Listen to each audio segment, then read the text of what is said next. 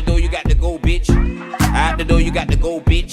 Out the door, you got to go, bitch. Bye bye, rock, rock, rock, rock. Bye bye, rock, rock, rock. Say bye. Say yesterday when I see her. You see that? Yeah. You worry about this. Okay. You need to worry about this. Get into it. Like the cut. You see that? Not this. This. Okay. You see the cut? Yeah. You see it in the back? Oh. Look. Oh. Okay. On October 22nd, 2024, the seemingly simple act of liking a picture would set off a chain of events that would end with a dead pregnant woman and her blood on the hands of her husband. This woman was Maya Johnson, a 26-year-old mother of 2 little boys who was 9 weeks pregnant with another child, but was robbed of the chance to ever meet the new child. A harrowing 911 call from the killer himself would send the emergency services in Tallahassee, Florida, running to the house in a matter of minutes. But that would be too late because Maya Johnson was gone, all because she checked her partner's phone. This is the life and death of Maya Johnson.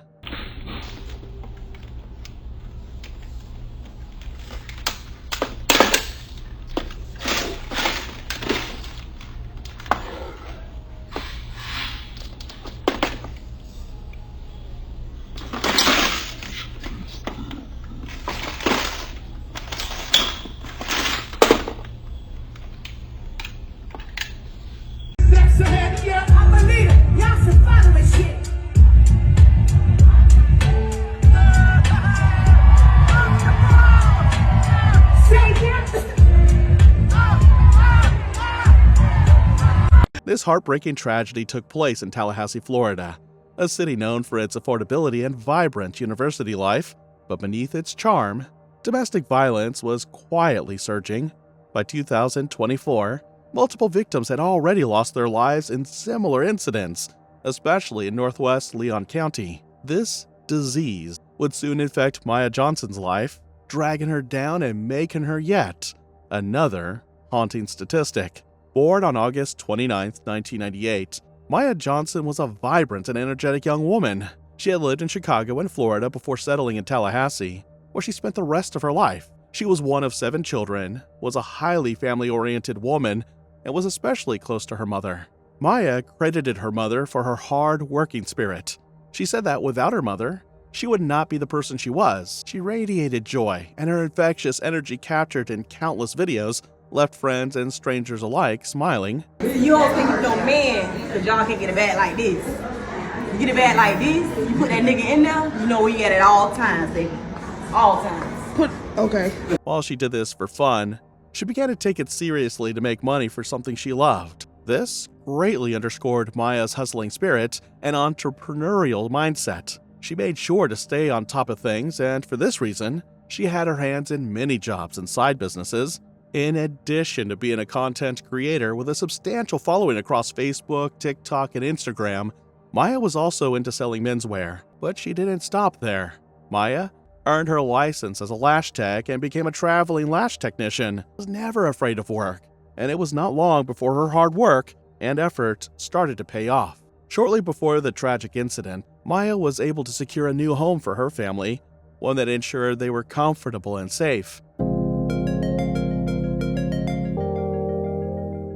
But in all of this, Maya still longed for the same thing every human does: love. Unfortunately, this led her into the arms of the devil.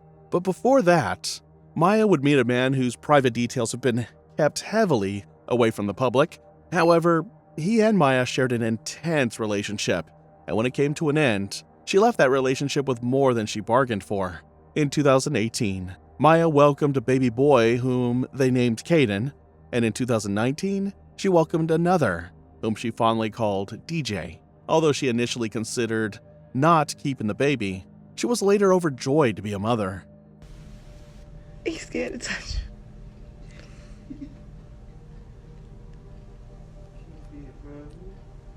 Being so excited by the birth of her firstborn, her name changed across all social media to read Caden's mother. Hey, where's going? Oh my God.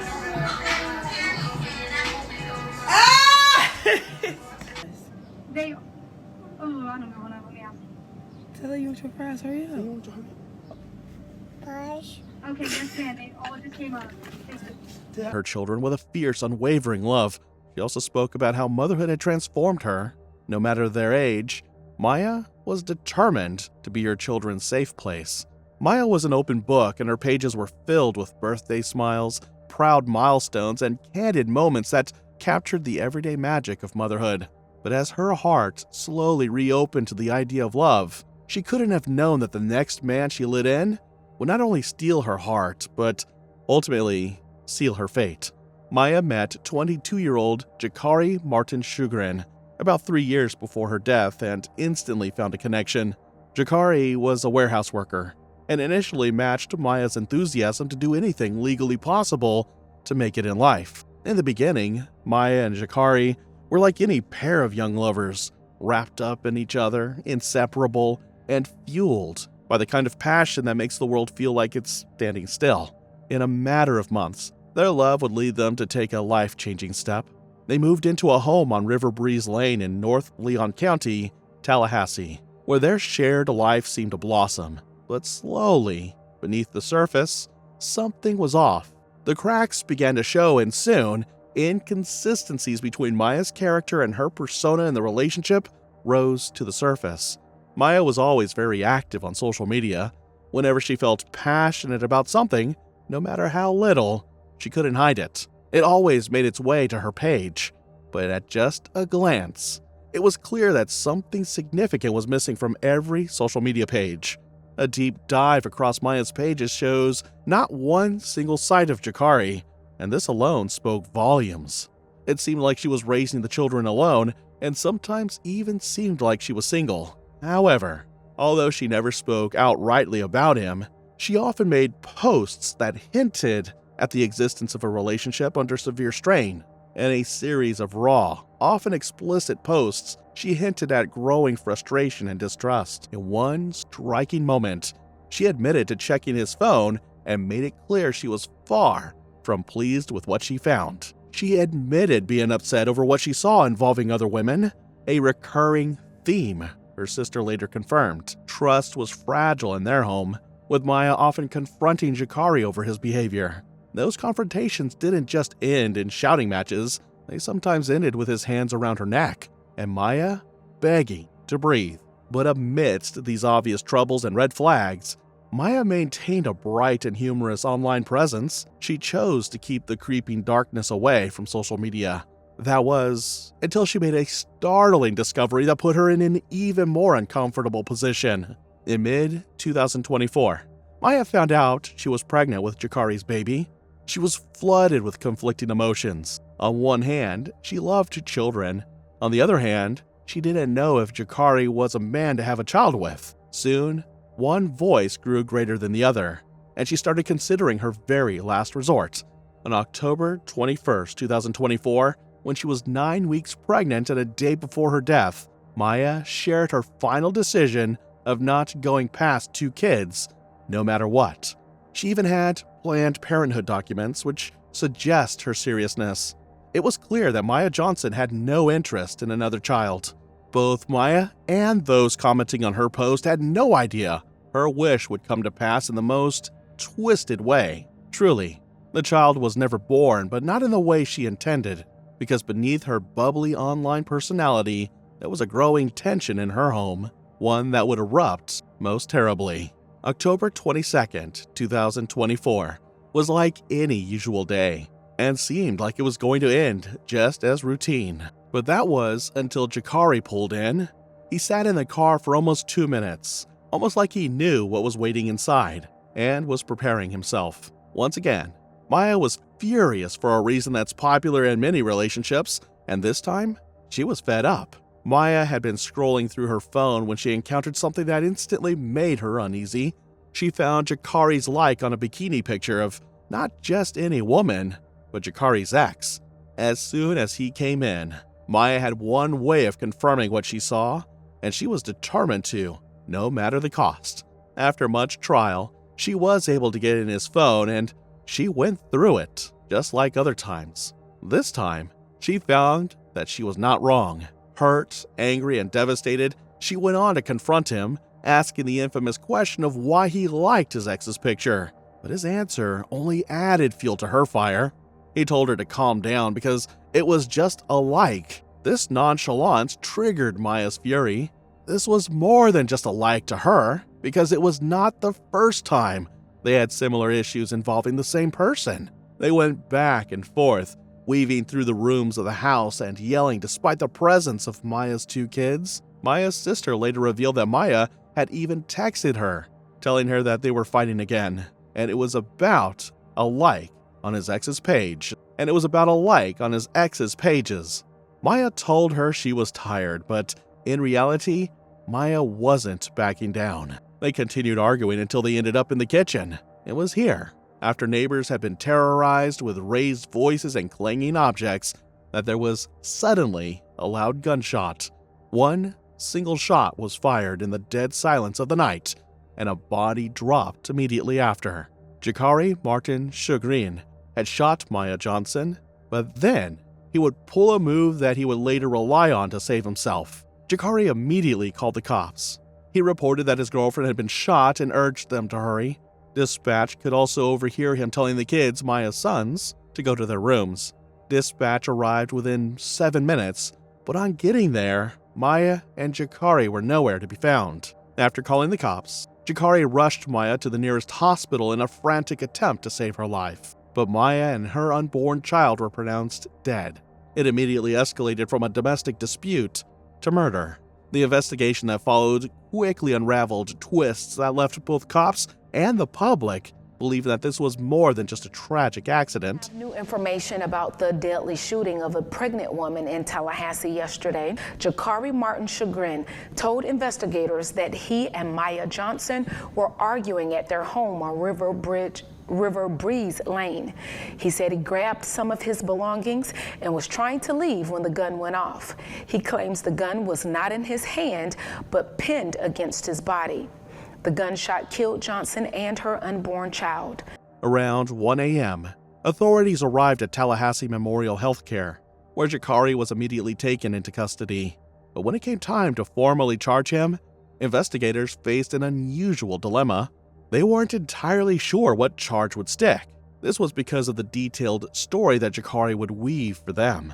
As the only witness, they had only had his testimony to go on. Jakari's statements painted a murky, conflicted picture of the night's events, one that blurred the lines between accident and intent. But the deeper they dug, the more this picture began to unravel. According to Jakari, he had arrived home that night and Maya had instantly picked a fight over him like in another woman's picture. She presented both the evidence in his phone and hers. Out of anger, Jakari took her phone and hid it in their bedroom. Maya was unaware of the location and wanted it back, but Jakari had other plans. He refused to return it and instead wanted to leave the house since he was tired of arguing. This whole time, the children were in the house, witnessing the exchange of verbal blows and hearing their mother's feral reaction to Jakari's attempt to leave. Jakari claims that Maya followed him into the bedroom and started hitting him while demanding her phone. In retaliation, Jakari slammed her on the bed and pinned her down by holding her wrists and legs. But when she complained she couldn't breathe, he said that he got off of her. But the fight? Far from over. Maya was not giving up and was not going to let him leave without answers and her phone. But in response to her persistence, Jakari made a move that instantly left Maya fearful for her kids. He got out a gun, and Maya instantly warned him to put it away, mentioning that there were kids in the home. But Jakari simply put the gun under his arm and made his way over to the kitchen to pick up his wallet and charger. These acts indicated how serious he was about leaving, and Maya lost it. According to Jakari, she started chasing him around the kitchen, flinging things at him and demanding her phone, which she believed was in his shorts pocket. But when she got closer and the tussle became more intense, a single sound halted her steps. The gun had accidentally gone off. Maya Johnson was dead. He immediately called the police and took her to the hospital. Jakari was in shambles as he narrated the story. He claimed it was a mistake and he never wanted to shoot her. It all seemed very convincing and touching, but then the detective saw multiple inconsistencies that immediately tore his case apart. Upon the request of the detectives, Jakari used a toy gun in the interview room to demonstrate how he said the gun was positioned under his arm, a position that the cops instantly noted would have prevented the trigger from being pulled. This revealed an obvious lie in his story, but there were more holes in sight. Detectives later reconstructed a bullet trajectory that suggested that, based on Maya's height at 5'4" and Jakari standing at 5'11", Maya could not have been standing where Jakari said she was. It instantly raised the question, where was she? The detectives believed that she was much farther and had not approached to attack him as he claimed. That realization shook their belief in his innocence even more. Maybe this was a calculated act. And then, new evidence emerged that would expose a chilling intent. A new bullet was found in the gun's chamber, indicating that there was no obstruction to the bolt-action mechanism of the firearm. The detectives found this especially interesting because there should have been an obstruction if the gun truly had been wedged between his arm and torso. Even an examination of his body would incriminate him further. Upon inspection, Jakari had no injuries. Yet, if the gun had truly been wedged under his arm as he claimed, the spent casing should have struck his skin, leaving a clear abrasion, one that simply didn't exist. However, even with this contradiction, investigators still missed one critical piece. They lacked the direct evidence to hold him for murder because he made attempts to save the life of his girlfriend and their unborn child. This made it seem he had no intention of killing her. The police hit a wall with Jakari and his lies, so they hit the streets. Here, they quickly discovered information that could turn the whole case. This was not the first time they had fought this way. An interview with the neighbors provided the first insight into the kind of couple they were from the outside. The neighbors detailed that they fought too frequently. Weekends were the worst because you could almost set your time to how accurate and consistent the fights were. It was always the same pattern, him yelling and her yelling. This back and forth would go on for up to 30 minutes, and soon after, the rollout of apologies would come. Their fights always got intense, and this was not the first time the police had gotten involved. Within 6 months prior to the incident, police had visited the residence on 2 different domestic calls.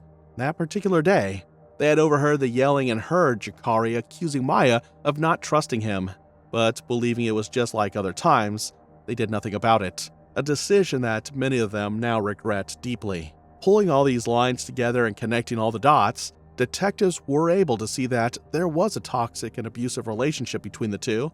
Armed with new information, they headed back to jail. This time, Jakari would reveal new information that confirmed a gnawing suspicion that they had. This fight was not the first time he had put his hands on her. It was simply the last. Jakari would then admit that he had previously choked Maya out in other arguments, and she had even hid in the kitchen to escape him in a volatile situation. Then, the police decided to speak to key witnesses who had been there through all this abuse. The police approached Caden and DJ, who had witnessed several instances of abuse against their mother. After a conversation with them, it was unclear whether they had witnessed the final fight physically or just overheard it, but they made one thing crystal clear. They confirmed that Jakari Martin Shugren had shot their mother Maya Johnson. This only added to what the police already knew, which left them with a handful of questions. Why was Jakari holding a gun in an argument with his pregnant girlfriend while her 2 kids were in the house? How exactly does a gun go off without a finger on the trigger? Unfortunately, suspicions and gut feelings aren't enough to secure a conviction. Only hard facts can. Investigators faced a tough decision: pursue a murder charge with shaky evidence and risk him walking free, or go with a lesser charge that was more likely to stick. In the end, they made the choice they believed would guarantee justice. At his arraignment on October 27, 2024, Jakari was charged with 2 counts of manslaughter and 2 counts of possession of a firearm during the commission of a felony. Jakari entered a plea of not guilty, and despite the severity of his crime, he made a request. He made a bail application. However, he was quickly denied bail by the judge, who cited the seriousness of this issue and described him as a potential flight risk. He is still in custody and awaits the trial. That day, the courtroom was filled with tears of sorrow of Maya Johnson's family, who still grapple with the loss to this day. The Johnson family held a heartfelt candlelight vigil in Maya's honor, creating space for loved ones to share their pain and memories of a daughter, sister, and mother taken too soon. Brother, sister, parent, child, friends on earth and friends above, for all and glory. We remember before you today our beloved Maya. We thank you for giving her to us to know and to love as a companion in our pilgrimage on earth. In your boundless compassion, console us who mourn. In the wake of her loss, Maya's sister launched a GoFundMe that quickly went viral. Within the first week, it raised over $87,000, all of which was placed in a trust to secure the future of her two young sons, the only light left in the darkness. In the end, Maya Johnson's story is a powerful reminder of how quickly love can curdle into something dangerous when red flags are ignored and tempers go unchecked. In a moment, 2 children lost their mother, and the third was robbed of the chance to ever live. If you or someone you know is experiencing domestic abuse, don't wait. Reach out. Could social media have made matters worse in this case? Let me know what you think in the comments section below.